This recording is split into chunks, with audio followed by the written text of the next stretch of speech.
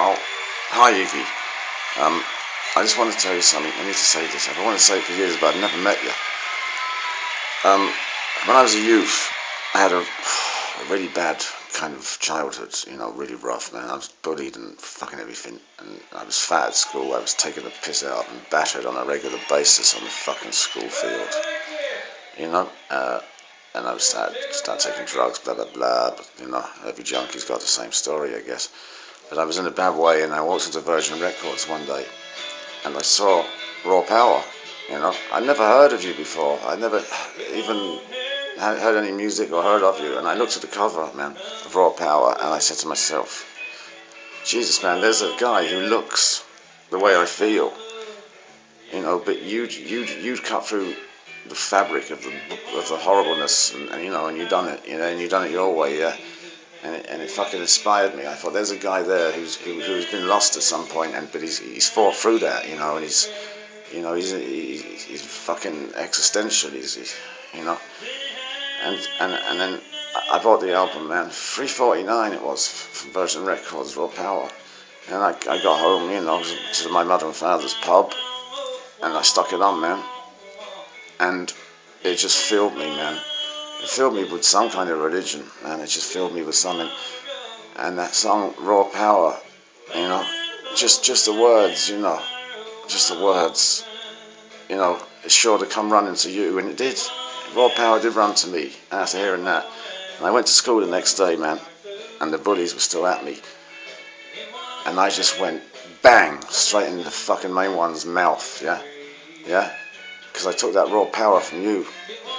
Basically, you saved me from a lot of evil shit, man. And after that, I was my own man. My own man. I saved my dinner money up, and I got the Stooges tattooed on my arm. And Ron Ashton saw that, and when he played in Portsmouth with Jay Mascis and the Fog, and I met Ron, and he said I had no money, and I said, "Can I come in, Ron?" I nearly fainted. And he goes, "Yeah, anyone with a Stooges tattoo can come in to my show." So me and Ron had a great night, anyhow. But Iggy, every album that you brought, man, I'm talking 1986, and I bought Raw Power, and I bought Blah Blah Blah that you just released, and then Instinct came out, and it just blew me away, There's a hole in my heart, I'm low down, And I just kept buying your albums, and I got stronger and fucking stronger, man, until I formed my own band, yeah, Because I didn't fit in, until I found you. I had no, there was a schism, and I had nowhere to go, man, but you filled the gap, and you really, I just want to say something, you really fucking changed my life for the better, yeah. I found who I was, through you, And when you played the Brixton Academy, you were singing Joanna.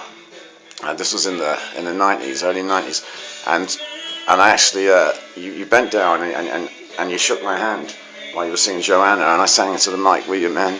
And I was fucking so happy. I was crying. It was fucking brilliant. And this girl behind me, she said, "You lucky bastard, you got to shake Iggy's hand," you know, you know. And then I got my own band together, with Tyler from the Dogs to More and a few guys, and Daryl Bath, who played with Ian Hunter and stuff, and it's been great ever since. I've had my drug problems and drink problems, but what good guy hasn't? Or didn't, sorry, So Iggy, I'm gonna cut off now, but that's what I wanted to tell you, man, because you're in my fucking blood, my soul. You're my metaphorical father, rock and roll father, my metaphorical rock and roll father. You always will be. Okay, Iggy. See you later, mate. See you, mate. I'm cut off now.